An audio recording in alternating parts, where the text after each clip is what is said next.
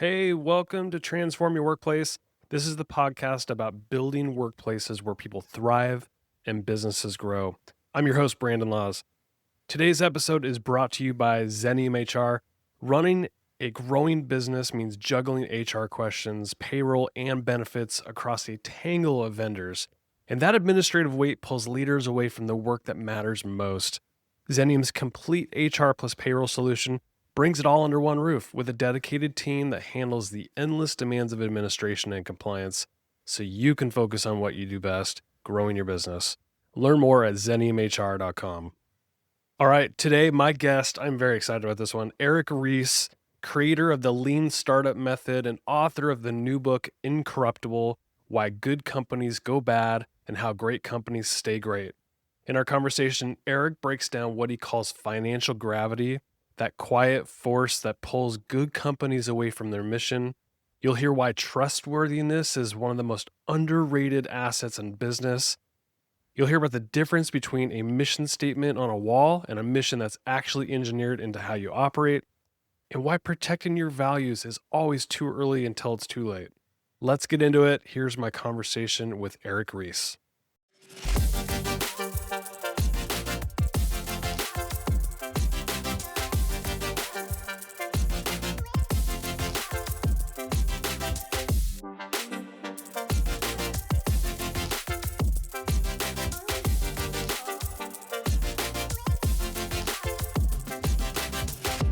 Eric, it is such a pleasure to have you on the show. Thanks for coming on. Thanks for doing this. So you're out with a new book, Incorruptible, Why Good Companies Go Bad and How Great Companies Stay Great. So if you will, I wanted to go back to your best-selling book, the very popular book, The Lean Startup. You gave a generation of founders the tools to quickly scale their business, create massive value. And what you said in the intro of this new book is that you failed to anticipate what was going to come next. You taught people how to build something worth protecting, but not how to protect it. So when did you start realizing this was something that you maybe missed or weren't aware of? Yeah, this book comes from my personal pain. All my books have, really. I have seen some things, I have journeyed into the heart of darkness of our modern economy, and I've seen the darkness that lurks there. I have helped so many people create these incredible companies that are trustworthy. They're loved and trusted by their employees, by their customers, by their investors. Like, they do this magic thing. They have this spark that's really vital. And then our modern gravitational force of our financial system cracks them right open and sucks out the marrow and leaves the burnt out husk for the rest of us. And that might sound like a problem that is related to like rich people or, investors or boardrooms or whatever, but this is affecting every single one of us. I'll tell you this one story and then we'll get into it. I was out to dinner with a group of friends. We were traveling, so we were not at home. And someone said, I haven't been to this restaurant in a couple of years, but it's pretty good. Let's go have dinner there. So we had a big group dinner there. We get there and the person takes one bite of the food and is on their phone. It's like, one sec. Oh, sorry guys. This restaurant's been taken over by private equity. I could taste it. And we went to a different restaurant the second night that a different person had recommended. We get there, we take one bite, and that person's on their phone being like, is it the same damn private equity firm? No, it's a different firm, but the taste is the same. How is it that you can taste the cap table in the food? That's what's happening when a favorite product goes public. When the company goes public that makes your favorite product, or when it gets taken over, or when it just loses its way. We're seeing this all over our economy, left, right, and center. Founders are losing control of their companies at alarming rates. Harvard Law School has a study that shows that for venture-backed companies, only 20% of founders will still be CEO after 3 years post IPO. And everyone's like, well, I'm in the exception. I'm in the 20%. But buddy, statistically speaking, you are in the 80%. So this is like going on all over our economy. In fact, I would go so far as to say that we have created an economy that creates many, many, many, many ways for people to make money without creating any value at all. And many of these ways of making money that we're all supposed to celebrate, our grandparents and great-grandparents would have seen not just as morally dubious, they would have been crimes. So what are we doing? Who is this for? I just feel like I have been up against this, like helping so many people create these great companies and watching with total despair what happens to them next. So yes, I think the next generation of founders, leaders, board members deserve better. It is fascinating. So you point out early in the book that a lot of companies don't necessarily fail because they're losing in the market, which you call an ordinary failure. They fail because of the unusual failures whose own success caused the failure in the first place. What's an example, and you highlight a lot of companies in your book, what's a company that fits this description that you went deep on? There's so many. I mean, unfortunately, I have a chart in the book that has 200 Yes, I years know. of this case study. And there's so many companies like Polaroid, Sears, Circuit City. That are like consumer brands that you know and remember if you're of a certain age. And if you talk to people about like whatever happened to Sears, they're like, oh yeah, Sears, I guess they got disrupted. Yeah. Didn't make it to e-commerce or whatever. But if you study the story, you're like, wait a minute. Yes, they got disrupted, but that's only because they were strip mined before. The guy who strip mined Sears, I think, made $4 billion while like driving the company into bankruptcy. But the story that I think illustrates the phenomenon crisply and clearly, is the easiest to understand and kind of gives you the whole method in one story, is the legend of Saul Price. So Saul Price, I feel like younger entrepreneurs don't know his story now. He's kind of fallen out of the public lexicon, but he needs to make a comeback because his story is incredible. He is the father of modern retail, okay? Unequivocally the father of modern retail. To see how influential he was, it's not even his company. You got to realize that if you ever wondered, why did Sam Walton call his company Walmart? It's because he was paying tribute to Saul Price's company, FedMart. Okay, that's how influential Saul Price was. He created FedMart in the 50s, but before he became a retailer, he was a lawyer. He spent a whole career as a lawyer where he learned this important rule. If you're a lawyer, you have what's called a fiduciary duty to your client. That means you put your client's interests before your own. I always ask company leaders now, and thinking about who do you owe a fiduciary duty to? I always ask, who would you rather die than betray? Now, in our modern economy, we teach that it's only shareholders that are worthy of fiduciary duties, but that's not how Saul saw it. He had a very clear hierarchy. Customers first, employees second, shareholders last. This is not uncommon among the greatest thinkers and leaders in companies. For example, the great Peter Drucker, he said, actually, it's employees first, customers second, shareholders last. For it's employees who create the value that customers benefit from. But anyway, we teach now the opposite. We teach shareholder primacy, meaning shareholders first. So that was Saul's idea. He created FedMart as a big box retail store for members only, discounted prices. He practiced capped margins, meaning he wouldn't mark up any item more than 14%.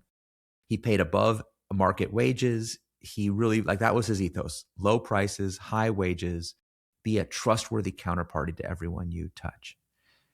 There's so many legends of Saul, so many. But one of my favorites is that when his competitors would try to drive him out of business using the loss leader strategy, meaning they would make key items that people like to buy at FedMart cheaper at their store, and then they would widely advertise, they don't have the lowest price, come to me. Saul would post signs inside his own store being like, don't buy this from me, it's cheaper down the street. I love that. You imagine how much that drove everyone crazy. Oh, yeah. To him, that was obvious. I'm a fiduciary to the customer. I want to get the lowest price for customers. I don't care where they get it from. Why should I privilege them getting it from me? And so customers loved FedMart. They would drive miles out of their way to shop at FedMart because that feeling that someone's taking care of you, that they're going to treat you fairly. You don't have to go double check. Think how many vendors and merchants you work with where if they give you a special offer, you have to read the fine print. If they want to sell you something, you got to be like, what's the catch? Even if you think you're going to like it, you got to double check. Is this really the lowest price? It's, Cory Doctorow calls it enshittification. Yeah. All these products are just getting worse and worse and worse all around us. Saul didn't believe in any of that. So FedMart was a huge success, a rocket ship company for its time. He took it public, made a ton of money for everybody. But as a public company, he was under relentless pressure to do the opposite of what he thought was right. Public market investors, what do they care about? Quarterly returns. What do they care about? They wanted high prices and low wages. And Saul would always say no, but he didn't like the constant friction that he felt with the public market. So he actually arranged to take the company private. But that did not help. The new board, steeped in the best practices of the governance class that we've all been taught. What did the new board think? The new board was all about fiduciary duty to shareholders. What did they want? They wanted higher prices and lower wages. But here's the funny part of the story. Saul was a uncompromising SOB. So he just, unlike a lot of founders, he was just like, no, you don't, there's only one way to do it. It's the right way. If you don't like it, don't invest in my company. So You could imagine this made him very popular with the new investors who had helped him take the company private. This led up to a big conflict one day in 1975. To be clear, Saul Price had been running this company which he invented from nothing for 20 plus years. He comes into work in 1975, can't get into his office because the locks on his door have been changed. He doesn't work there anymore. I have seen this story play out over and over and over again. So many contemporary companies. So what happened? This story is like the ultimate A/B test. Yeah. In corner A, we're in the blue trunks. We have FedMart and its investors. They got what they wanted. The company was converted to conventional best practices of retail, faster growth, higher profits, squeeze, squeeze, squeeze. It took them 7 years to bankrupt what Saul had built. In 1982, every FedMart store was liquidated. The whole thing was a total disaster. If you know Aesop's fable of the man who killed the golden goose, that's the golden goose. Yeah. That's the golden goose story. That's why that story has been around for thousands of years. But let's look at corner B. Wearing the red trunks, we have Saul Price. Like a classic entrepreneur, he took 2 weeks off, and then he was back at work. Back at it. He leased the office upstairs from FedMart HQ, started a new company he called Price Club. To understand this story, you have to understand two things, two acts of mutual incomprehension. First, there was something that the investors understood that I don't think Saul ever did while he was alive. They understood that precisely because FedMart was so trustworthy to its customers, it could betray them and get away with it. It got away with it for 7 years. So that's why they thought they could make more money through betrayal than they could make through trustworthiness. In the short term, betrayal is very profitable, but in the long run, it's utterly destructive. But there's something that Saul understood that I don't think the investors ever did. When they look at FedMart, investors saw the buildings, the warehouses, the inventory, the customers, the employees, the contracts. They saw all the surface trappings of a company, and they said, that's what FedMart is. But Saul understood something they didn't understand. He understood the engine that created all those things. It was a series of interlocking parts that made the company hum. And because he understood the engine, he understood that he could do it again. And in fact, Price Club was very successful, also in the FedMart model. But today, although when I was growing up, Price Club was a big deal company in my home community, today it's mostly forgotten because of what happened next.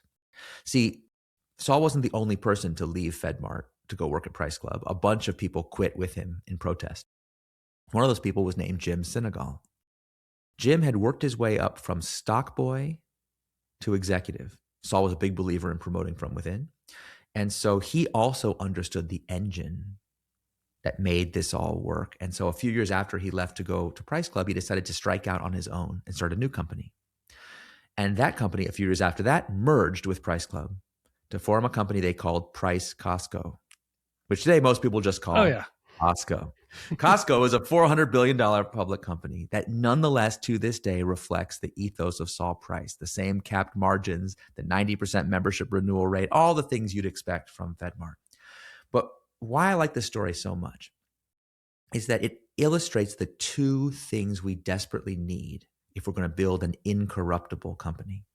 We need an ethos like Saul Price had, a philosophy that aligns everyone the company touches around being of genuine service. But we also need something else. Why is it that investors were able to decapitate FedMart, but Costco's still going strong 40 years later? It's not for lack of trying. As I document in the book, investors and activists and all kinds of people, academics, people have come for Costco from every possible angle, but it doesn't give. It has the strength to resist. Why? Because Jim Senegal was there. He was there the day FedMart's investors betrayed Saul Price, and he said, that's not happening to me. So he built Costco with what I call a governance fortress, the tools that are needed, the legal tools that are needed for Costco to maintain its structural integrity in the face of hostile outside pressure. That's why Costco is practically the exception to every business rule. Yeah. People talk about late stage capitalism. They always have to be like, well, except Costco. Now you know why. Yeah. Ethos plus integrity. That's our magic formula. Thanks for sharing that story. Because I think one of the most helpful shifts in the book is how you redefine corruption. And you're not talking about illegal behavior necessarily. You're talking about the system that destroys these organizations from the inside out. So how do you hope that broader definition, I would love to hear the definition in your words, but how do you want leaders to take this definition and apply it to their own businesses so that doesn't happen to them? It's time, okay? Our grandparents would have had no trouble calling so many things in our modern economy corrupt that we are all supposed to pretend we think are good. In the book, I document what I call the builder's intuition, that every great leader that I know shares this as a like automatic, that they're like, of course, that there are better and worse ways to make money. Not every way of making money is equally good. And the good way is this, what Tim O'Reilly calls create more value than you capture. Make something new, actually build something, make something in the world, and then capture a little bit of that value for yourself. That is a really simple formula that so many companies deviate from.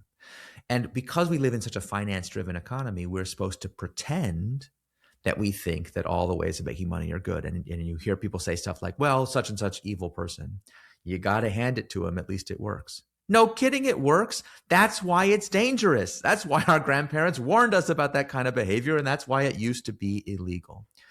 Let me give one example that I think will blow most people's mind about things that used to be legal. Because I think people kind of know a bunch of them, like stock buybacks used to be illegal, like in the 1980s. Okay, this is like a very new thing. So many forms of gambling and speculation were illegal in living memory. But in the 19th century, if you were like, hey, I have an idea. And before, by the way, this is like a long-standing thing. For the vast majority of the time, there have been joint stock corporations. If you went around and said, you know what, I think the purpose of this company should be changed from making a railroad to just enriching shareholders, that would have been a crime. The courts would have voided your charter as beyond the scope of what was authorized. Our great-grandparents thought it was completely obvious that every corporation should exist to pursue some beneficial purpose. So yeah, I think by learning to call these behaviors corrupt, we can start to be much more alert to them. And we can also start to puncture this sense of inevitability that the current trajectory of our economy has. It's breeding this incredible cynicism that this is how it's going to always be. But this is not how it's always been. And if you can recognize in your mind that our grandparents lived in an almost unrecognizably different economy than we do, then that creates the possibility that you can imagine for our grandchildren an unimaginably different reality than one we inherit. So let's get to work. I love the framing in chapter 2 that organizations become superorganisms. And I think that helps explain why founders can just wake up one day, their name's still in the business, but yet it doesn't reflect their beliefs and values anymore. When does that shift happen? It seems like it just gradually happens until we're aware of it. Yeah, this is a huge problem. And I think for some people listening, they're going to find this to be a little bit strange. Other people, this is old news. So I kind of feel like I don't know how much detail to give. You guide me. If you study what organizations are, like in a deep way, not like the surface stuff, like strategy, culture, vision, whatever, but like what is this thing? You realize that it is a category of what in the scientific literature we call emergent intelligence. Meaning the organization has a character and an intelligence that is not possessed by any of the individual members of the population. You can see this, by the way, in lots of animal species. I link to this incredible study that was done at the Weizmann Institute, where they wanted to prove that ants have emergent intelligence, which has obviously been known for many decades, but they wanted to create like a cool demonstration of it. And they created this thing they called the piano movers puzzle. So if you can imagine two walls with gaps in them and a big I-beam kind of object that is like very awkward to get through the gaps, they call it the piano movers puzzle. Like imagine you're taking a sofa down through the stairwell and everyone's like, pivot, pivot, pivot. It's actually a very difficult challenge. Yeah. So they constructed it. And obviously if you give this challenge to one individual human being, they can eventually find their way through to the end. If you give the challenge to one individual ant, the ant can never solve the problem. But here's the interesting thing. They asked, what happens as we add more people or more ants to the puzzle? Well, as more and more and more ants are added to the puzzle, they start to be able to solve the puzzle. And all of a sudden, if you watch the video, you can see the ant swarm like trying something, thinking about it for a second, trying something else. It is so obviously an intelligence doing this manipulation. That's cool. If you watch it. Ants get monotonically better at the puzzle the more ants you add. Humans, oh no. The more humans you add to the puzzle, unless you give them very specific ability to communicate and structure their communication, they get worse and worse and worse. So human organizations are alive. This is not a metaphysical thing. It's a scientific truth. It's all these studies. One of my favorites is there was a study that they measured the ethical character of organization. And they found that measuring the ethical character of an organization predicts future compliance problems better than measuring the ethical character of any of the individual people that work there, including the leadership. Because the organization is the entity that has the ethical character, not any individual person. So once you understand this, you can see immediately why founders lose control all the time. It's like Frankenstein and his monster. You create this thing, you birth it, and then it has its own fate and destiny. We utterly neglect the way we teach entrepreneurship today, the way we teach leadership today. We utterly neglect the nurturing and caring of this being to teach it right from wrong, to teach it the values you want it to embody, and to bind it to those constraints going forward. You called one of the forces behind this phenomena financial gravity. And what is it, and how is it doing what we're describing with destroying our companies? So financial gravity is this underlying force. Again, I talked about how we spend so much time on the surface characteristics of organizations. I wanted to write a book about organizational physics. What are the forces that act on it? And I use the metaphor of gravity because just like physical gravity, you can say, well, I don't believe in gravity, but so what? You better believe gravity believes in you. You prove it every time you jump up in the air. You come right back down to earth. Well, there is a financial gravity that acts on organizations, that pulls them inexorably down into mediocrity. You can see the psychological mechanism behind it at work anytime you see, like, have you ever had a friend meet a celebrity for the first time or a billionaire for the first time, and they go like super obsequious and gross? Like, you ever seen that? It's super gross. If you ask them afterwards, like, why did you do that? They don't even know why they did it. They weren't planning to. It just happened. It's like, but it was Bill Gates. Oh my God. And I think what's going on, if you slow down the brain while this is happening, there's a lot of psychology research on this. You automatically, it's like a reflex. You can't control this. You automatically think about, how could this person help me in the future? How could this person help me succeed at my goals? And a celebrity, a billionaire, they could do a lot for you if they wanted to. If you said just the right thing, maybe Bill Gates would say, you, sir, I want you to spend the rest of your life working on that. Here's $100 million. He wouldn't even miss it.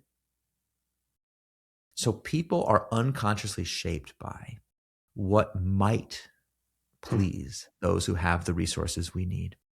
If you talk to people who've taken companies public, I created a stock exchange in my copious spare time, one of my projects. So I spent a lot of time talking to investors and companies who've taken companies public. If you ask CEO, what's the biggest difference you notice before and after your IPO? They all say the same thing. Well, after, everyone's looking at the stock ticker all the time. Yeah.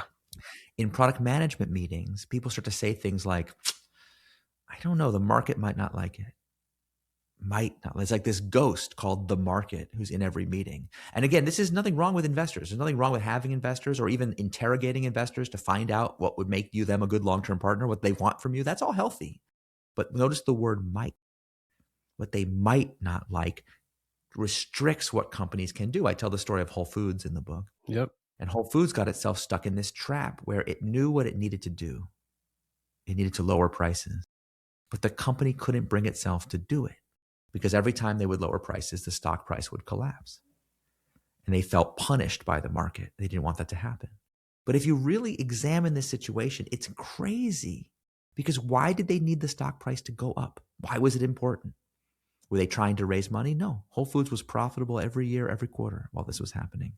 Did they want to use it to make acquisitions? No, they were happy to pay cash. They didn't need a high stock price. They had absolutely no reason to care about the stock price, and yet they obsessed over it, ultimately leading to the destruction of the company.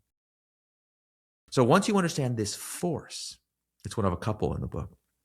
Once you see these forces, you can start to understand why organizations exhibit convergent evolution.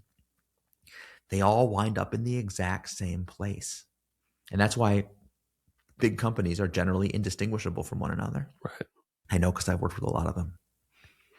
Which is why whenever we meet an exception, it's so notable. Right. It literally is just say this organization is defying gravity. How? How is that possible? Governance. And I love the fact that you make it seem very urgent early on versus boring. And if you interact with a founder who's like, I'll worry about that stuff later, what do you say to them? Well, I used to really pull my hair out. Now I've gotten pretty good at helping them understand why it's always too early until it's too late. Because it goes like this, basically. You meet a founder. This happens all the time. Every founder I meet, if they've even heard of any of this stuff, which is very rare. Hopefully with the book, this will change. But today, very rare. They go talk to their lawyer and they say, hey, I want to incorporate the company. I heard a podcast with Eric. He was saying I need to be really worried about this financial gravity. I want to protect myself. I want to put in what are called mission protective provisions in my documents. The lawyer will be like, that's nice, pat you on the head. It's too early to worry about that. Don't just go get product market fit. You can always do it later. Oh, okay, I don't need to worry about it. You raise a Series A. You tell the VCs, hey, I want to, in my term sheet, I want to make sure we have mission protective provisions. They're like, oh, I think that stuff is great. I'm super founder friendly, but we can always do this later. We're on the same page here. No rush. Okay. You raise a growth round. You have these bold contrarian VCs on your board. And they're like, you don't want to be too different from other companies. Might not be able to raise money in the future. Better wait. You're doing IPO prep. And you tell the CFO, general counsel, bankers, this is my number one priority. I tell a story in the book of a time I was literally in the meeting where the CEO was like, this is my number one priority. He walked out of the room and they all started laughing like, oh, great. We got 10 number one priorities now. Like blah, blah, blah. He'll blink. He's not serious. Anyway, you get to the moment when like the IPO is coming now. The CEO takes the CFO aside and says, hey, remember those mission protective provisions? Whatever happened to those? And he's like, oh, you were serious about that? Oh man, it's too late now. The IPO date is set. And the CEO's always so pissed. Like, what? Last year you told me it was too early. Now it's too late. Was it ever the right time? No, it is never the right time to protect the mission. No one ever says no. They just say not yet. And then yet comes along and it's too late and you're screwed. I'll tell you one story that, I hope everyone here listening to this will be like, oh my God, that could be me. High flying hot startup. Okay. Came to me like a year, I think, before IPO, 18 months maybe. Heard that, I'm the long-term stock exchange guy. I can help you think long-term. So let me give you some advice. And I walked him through, this is a few years ago now. I wasn't as crisp in explaining it, but I'm like, let me tell you a horror story after a horror story of what is waiting for you on the other side of this thing. And he was like, oh no, is there anything I can do about it? I was like, yes, right now we can still change your governance. We can fix every one of these problems. It is not too late. And he called me back a couple of weeks later and he's like, no, thanks. I think I'm going to be fine. I said, what happened? He's like, well, I talked to my bankers. I talked to my lawyers. I talked to this. They all were like, man, Eric is such a downer. If he really believed in your vision, he wouldn't talk like that. He must not really believe in you. You're the exception. Don't worry. I think I've mentioned in the book, Harvard Law School does a study that 80% of founders will be gone within 3 years. Wow. Of going public. 80%. So he didn't believe me. Now, what happened to this founder? 5 months after going public, 5 months, there was a market panic about something that happened to one of his competitors, and his stock price collapsed, and he was fired. 5 months. Now, we love to talk about the drama, the personal drama of this greedy investor versus naive founder. Okay, did he make mistakes? I'm sure he did. Was the business flawed? Probably. But had he really earned so little grace? 5 months. He built that company from nothing. 5 months. So I just feel like this is so common, we don't even know what to call it. And that's why I'm trying to bring back the word corruption. I think these are corrupt acts. Mm-hmm. They corrupt the very moral logic of capitalism itself. Yep. So in part 2 of the book, you get into the incorruptible blueprint. And there's a story that I think everybody can resonate that I want to bring up, because sometimes the hard decisions in the moment can actually have a long-term effect. Costco, they've never raised the price of the hot dog.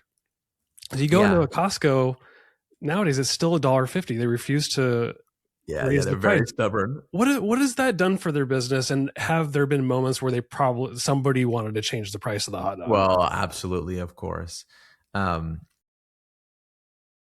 So Costco, yeah, they're very stubborn about these things. I saw this on social media the other day. Somebody wrote in an email, like an angry customer wrote an email to the like customer service hotline at the Costco in like, I think it was in Tennessee, complaining that there was not enough ketchup in the food court when he got his hot dog. And he got back a personal email from the CEO of the company What? apologizing and saying they're going to do better in the future. Okay. This company takes their fiduciary duty to the customer exceptionally seriously. So let's set the stage. Jim Senegal, I mentioned, was the founder of Costco. He was the CEO for quite a while, but he's now retired. And there's been, I think, 3 CEOs since him. There's a very famous story about this hot dog. Now, this hot dog has reached legendary status in business circles. For those that don't know, if you've never been to a Costco, you're like, what are we talking about? Just to be super clear, here's exactly what's happened. When they started Costco in 1986, they started selling like a food truck out in front of the store where you could get a hot dog and a soda for $1.50. At this time, a McDonald's Big Mac in California cost $1.60, just to give you a sense of comparison. Today, the average price of a Big Mac in California, I think, is $7. But that same hot dog soda combo at Costco is still $1.50. And a couple years into Costco as a public company, the then COO of the company came to Jim Senegal and was just like, man, we're losing money on this hot dog. You got to raise the price. And Jim Senegal said this very famous thing. He said, if you raise the price of the hot dog, I will effing kill you. That's amazing. Figure it out. Which is just so great. I love the story. I like telling it because people are like, what? Why would he kill him over the hot dog? Just to give you a sense of the scale of this thing. Costco today sells more hot dogs from this cart in the front of their stores than every Major League Baseball stadium combined. They sell over 200 million hot dogs a year. Okay. So this is a lot of money we're talking about. Every dollar, like if it was $7, like a Big Mac combo, we're talking about like hundreds of millions or even billions of dollars of revenue they are foregoing off this hot dog. So of course, like, why did the COO want to raise the price? Of course he did. It's free money. Why wouldn't you do it now? But the critical part of the story you have to understand is what he's meant by figure it out. Because this is not a lost leader for Costco. They don't do that. Instead, they have gone to outrageous lengths to vertically integrate the supply chain for this hot dog. I mean, they have their own hot dog manufacturing plants. They have done all this stuff to play off the soda vendors against each other to get the lowest possible price. They defend this $1.50 price target to ridiculous lengths. Their CFO was asked I think on CNBC recently, like, how much longer do you think you can keep this up? And he was like, oh, a little longer, I think. And then he's like, pauses for dramatic effect. And he's like, forever. Okay, they're really committed to this. Now, why is this important? I mean, people who hear this story, they're like, what's so great? Like, first of all, a lot of people hear this. I mentioned one of them in my book. Like, if you're like a vegetarian, you're like, this is disgusting. Why don't we just, like, it's a hot dog. Oh, this is processed food. This is terrible, right? Not every company has to have the same values, okay? So you may not think a hot dog is your idea of human flourishing, but for Costco, this is a promise that they have made to their customers that we don't raise prices just because we can get away with it. By keeping this promise to their customers, they have created this incredible loyalty that's worth way more than the hundreds of millions of dollars they could get by raising the price. Jim Senegal called raising prices the business equivalent of taking heroin. Because he was giving an interview and he said, look, if we raise the price of ketchup by 3%, so it was $1.03 instead of $1, nobody would notice. We could do that to every product in the store and basically double our net income, double it, and nobody would notice. First time you do that, you get free money. The problem, as just like when taking heroin, is like, but then that becomes the new baseline against which you're measured. So now you have to do it again and again and again. And next thing you know, you're not the low price leader anymore. Right. You're ready to be disrupted. So they husband that resource, trustworthiness, as their most valuable asset. It is, in fact, the most underrated asset in all of business. And if you build an organization and take that seriously, you too can build a company that customers love, not just like. You talk to people who love Costco, man, they are crazy for Costco. Yeah. And in fact, Costco is basically the exception to every rule. So people constantly talk about that. That's something you can't get through marketing. You need that Saul Priceism. You need the unsolicited testimonial of a satisfied customer. Your chapter on mission drive gets really practical. And I think a lot of organizations, they have a mission, it's on their wall, same with values, but there's clear signs that it's not in alignment with their business model. Talk to me about the companies that do this well. How do they integrate their mission into their business? Yeah, so many companies claim to be mission driven to the point that I almost didn't want to use that phrase in the book because actually you hear it now and it's just like, come on. And the difference is the difference between a mission statement and a mission. Mission is an emergent property of the superorganism I talked about before. It's not something you just put up on the wall and you make it happen. So companies that are mission driven have engineered their business in such a way that they only profit when they achieve the mission. I call it mission drive, as you say. They figure out their fiduciary commitments. They actually write down, we are a fiduciary to the customer or to the employees or to whoever they think, is the right person. And then they really think through all the ways in which they can deviate from this connection. One of the stories I like in the book is CloudFlare. Because CloudFlare is a mission-driven company, but the founders were very anti-mission statement type language at the beginning. They were anytime you talk to them about mission, values, and that stuff, they just feel like, no. We're just putting a firewall in the cloud, buddy. It's not that complicated. So they didn't choose to have a mission. They kind of discovered how mission-driven they were. For example, there was a time when pro-democracy protesters, I forget in what country, were getting DDoS'd. Their websites were being taken down by hackers. Hackers were being employed by a nation state. So this is a very difficult situation. And they were appealing to all these Silicon Valley tech companies for help, none of whom would touch it because it was like a political hot potato. And I remember talking to CloudFlare and they were like, why are we the ones? They basically the only company that would say, yes, we'll defend you. These activists were on their free tier. Okay, they're making no money from these. It was getting no upside, all downside. They're antagonizing nation state level hackers who are now coming after their infrastructure because they said they would protect democracy in a foreign country for no reason. But that tells you the kind of company they were despite their lack of a mission statement. Over time, they started to realize that this was something they should write down. And the way that they told me the story was they were having lunch one day and one of the engineers says, the reason I like working here, this is the first job I ever had where I feel like I'm really making a better internet. That's my job. And everyone else was like, yeah, making a better internet. And then someone actually asked Matthew Prince, the CEO, hey, is that our mission statement? He was like, no, you don't have a mission statement. We're just a firewall in the cloud. But actually over time, his employees convinced him that was the best way to encapsulate what their mission really was. And what's interesting is they eventually formalized their values too. Their number one value was to be principled. So here's why people don't like to formalize their mission and formalize their values in a real way. Because one day, an engineer walked into Matthew's office, like a junior engineer, regular guy. He said, Matthew, isn't our mission to make a better internet? Uh-huh. Isn't our number one value to be principled? Uh-huh. Well, isn't encryption the number one reason why people upgrade from a free plan to a paid plan? Where's this going? Yes, that's our number one moneymaker. Why do you ask? It's like, well, but wouldn't an encrypted internet be a better internet? And Matthew's like, yeah, what's your point? He's like, well, if that would be a better internet, shouldn't we give encryption away to everybody? Now, in most companies, this would get you a smack on the face. Come on, that's our number one profit center. Of course, we're not giving it away for free. But the way Matthew described it to me, he said, after I saw it, I couldn't unsee it. This was just true. This argument was true. So he was just like Jim Senegal. He said, okay, figure it out.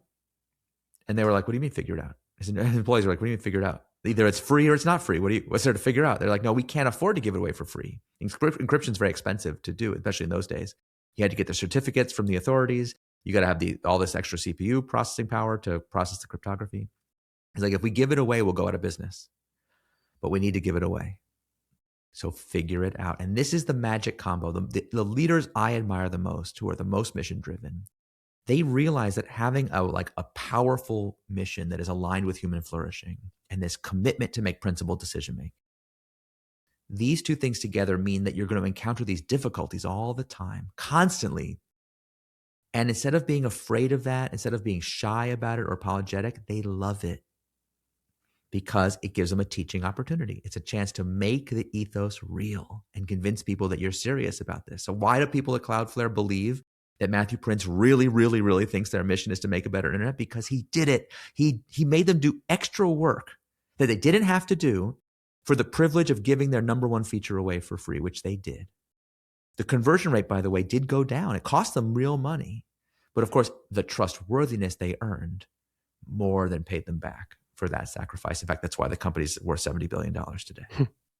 So that's what we're looking for. When we talk about being mission driven, we're talking about being so committed to some principle that not only would you die rather than betray it, but that you're willing to go with the logical implications of those commitments wherever they take you.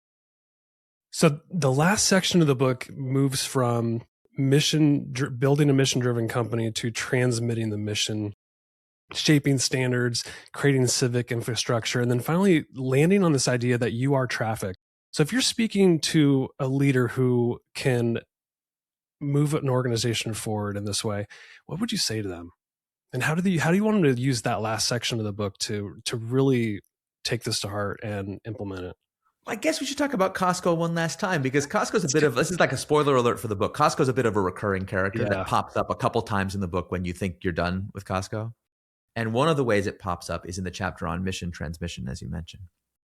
I'll say one last thing. Costco performs something like 40% of all of the food safety inspections that are done in the United States, like almost as many as the United States federal government. We all live under the shield of Costco's food safety program, even if we've never stepped in one of their warehouses, because they have a simple rule. When they audit your facility, they don't just audit the stuff that's headed for a Costco warehouse. The rule is we audit your whole facility. And if you have any deviations anywhere in the facility, we won't sell your products. So their suppliers care a lot about food safety in a way that they otherwise maybe wouldn't. So why do they do this? Like, they obviously don't have to do this. No one's ever heard of this. This is a very obscure fact that, I happen to know because I'm obsessed with Costco, but most people don't. They don't brag about it. They don't market it. In fact, getting this data is very difficult. It's like, I had to really piece it together. It's their mission. That's what they do. This is the planet that our customers live on. So that's what we do. They understand that these positive externalities that they generate throughout the whole universe, right? They ripple out from their headquarters, eventually redound to them in the form of increased loyalty and protection in so many ways that they can measure and things that they can't measure. And I think a lot of companies, organizations, when they're making vendor selection decisions, when they're deciding where to invest their money, when they're just like, they make all these choices that actually strengthen their enemies. They are not aligned with their own values. And then they're always complaining to me about the world they live in. It's like, oh, everything's so hostile, everything's so difficult. It's like, well, are you doing anything to fix those problems that you're complaining about? No. You kind of have this passive idea that the world should just be conformed to your preferences by itself. You don't have to lift a finger to do it. Well, nobody's impressed. Okay, your employees aren't impressed. No one's impressed. And then you're like, but why does nobody trust me? Try standing for something and see what happens. Yeah. Eric, thank you for spending time with me. Your book is called Incorruptible: Why Good Companies Go Bad and How Great Companies Stay Great. There's so much more. There's so much storytelling and so many more ideas in the book we didn't even cover. So I encourage people to go get it. Anything you want to plug before we leave? Well, if everyone would go to my website, incorruptible.co, and sign up for the mailing list, that'd be awesome. And of course, if you want to order the book, you can get it pretty much anywhere books are sold. But hey, here's an experiment for you. Brandon, will you do this for me? Yeah. See if you'll do it. Okay. If you want to make my day, but you also want to make somebody else's day at the same time, all you have to do is walk into or call your local independent bookstore and just tell them, I want 15 copies of Incorruptible on launch day. It's that easy. It's not that expensive. It's not that big a deal. Like, give them out to people that you get. People are going to like this book, okay? People are going to be very happy to give it to them as a gift. Yeah. And that bookstore, they're going to be their favorite customer now. So you don't, if you need help finding one, of course, I'll help you arrange it. You can look on our website. We have a list of all the independent bookstores all over the country that are carrying the book, but it's a lot of them. So just call them up, tell them you want this to happen. I consider it a personal favor. My guest today has been Eric Ries, author of Incorruptible. Eric, thanks for coming. I really appreciate it. Thank you.